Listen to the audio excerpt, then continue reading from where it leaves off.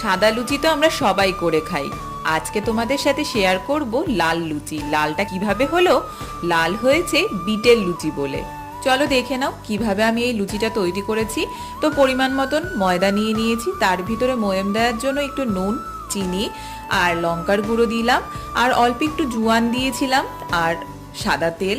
আর বিটটাকে একটু ছোট ছোট করে কেটে আমি অল্প একটু ভাপ দিয়ে নিয়েছিলাম, তাহলে কাঁচা যে গন্ধটা সেটা চলে যাবে। তারপর মিক্সিতে ভালো করে পেস্ট করে নিয়ে ময়দার যে আমি ময়ামটা তৈরি করেছি তার ভিতরে ঢেলে দিলাম। এরপর ভালো করে আস্তে আস্তে মাখিয়ে নিতে হবে। প্রথমেই জলের ব্যবহার তোমরা করবে না, ডোটা কিন্তু এতেই ভালোভাবে মাখা হয়ে যাবে। তারপর ভালো করে মেখে নিয়ে একটু রেস্টে রেখে দিয়ে তারপর ছোট ছোট করে লেচি করে লুচির আকারে ভেজে নিলেই তৈরি হয়ে যাবে বিটের লাল লুচি। আর এই লুচিটা কিন্তু তোমরা শুধু শুধু খেয়ে নিতে পারবে, বা চাইলে তোমরা আলুর দমের সাথেও সার্ভ করতে পারো। তো যদি ভিডিওটা ভালো লাগে অবশ্যই